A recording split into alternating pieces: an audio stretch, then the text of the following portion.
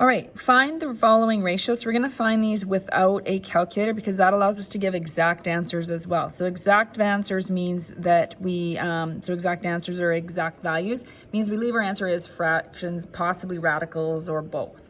So if we look at sine 30, we use my special triangle, we use the angle 30 if it's asking 30, and we simply use our right angle trig where we are used to hearing SOHCAHTOA, opposite over hypotenuse. So sine 30 is 1/2. The calculator would give that to you as 0.5 or the approximate value. Now 0.5 is also kind of exact, but if there was any rounding. Cos 30, we're going to go to 30 root 3 over 2, adjacent over hypotenuse. So that's an exact answer. You leave your answer as a fraction. You leave that radical in there. That is as exact as an answer you can have because you're not rounding off. Tan 30 goes to 30 degrees and you go opposite over adjacent. So 1 over root 3. And in here where we have to rationalize. So that's why we took a look at rationalizing at the beginning of this. So to rationalize means to clear the radical from the denominator. So you multiply it by root 3 over root 3. So that's root 3 over 3 now. So you need to sort of recognize if you see root 3 over 3 that came from 1 over root 3 on the triangle as well. Okay, let's try 60 degrees.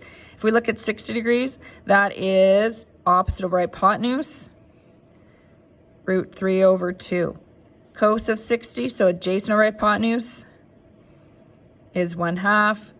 Tan of 60 is opposite over adjacent, root 3 over 1, which simplifies to root 3. Okay, so if you take a look here, the sine theta and cos theta values basically switch spots, so that's something that you probably were noticing. The other thing I want to mention again, these are all exact values. These would be non-calculated questions, which is why you use your triangle. If you wanted to know an approximate value, that would be if this was a decimal answer. So if you put cos 30, there's two ways you can figure this out, just to show that they're equivalent. If I typed cos 30, not shift or anything, but just cos 30 in my calculator, I get 0.866, etc. So this is 0.866, etc. And I just want to show on the calculator that would be the same thing as if I went root 3 and I divided that by 2. It's still 0.86602, etc., on my calculator. So these are approximate values.